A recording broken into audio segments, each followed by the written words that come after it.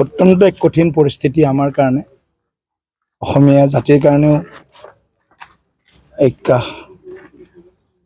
আৱেগিক মুহূৰ্ত যে আমাৰ সকলোৰে শ্ৰদ্ধাৰ মৰমৰ শিল্পী জুবিন গাৰ্গ আৰু আমাৰ মাজত নাই।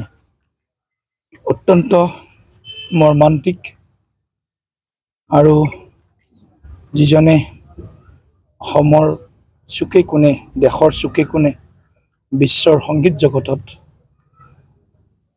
নিজৰ প্ৰতিভাৰে চিনাকি দিয়াই নহয়, প্ৰতিষ্ঠা লাভ কৰিছিল।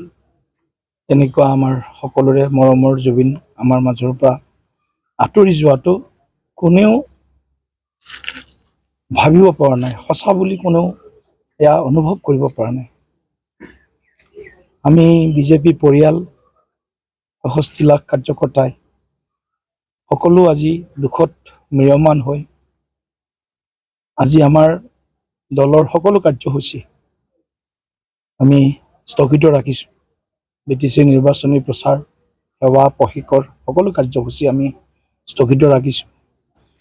আমি ক'বলৈ তেনেকৈ বহুত কোনো এই মুহূৰ্তত ভাষা নাই, কিন্তু এয়া হ'ব নালাগিছিলে।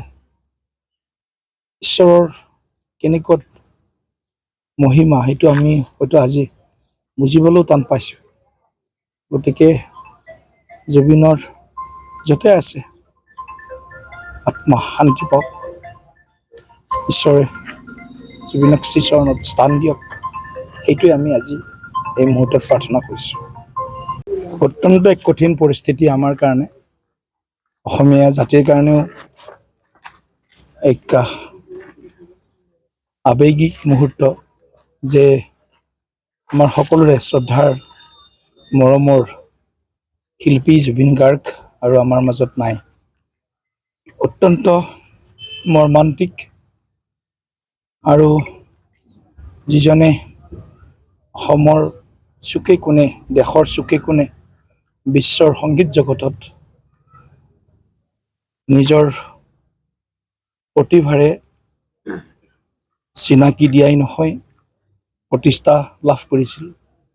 তেনেকুৱা আমাৰ সকলোৰে মৰমৰ জুবিন আমাৰ মাজৰ পৰা আঁতৰি যোৱাটো কোনেও ভাবিব পৰা নাই, সঁচা বুলি কোনেও এয়া অনুভৱ কৰিব পৰা নাই।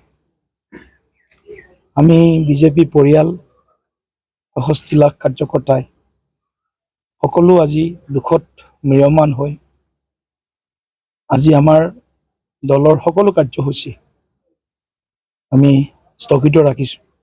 BTC নিৰ্বাচনী প্ৰচাৰ, সেৱা, প্ৰশিক্ষণ সকলো কাৰ্যসূচী আমি স্থগিত ৰাখিছোঁ।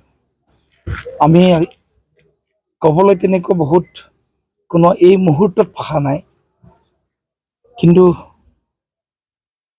এয়া হ'ব নালাগিছিলে।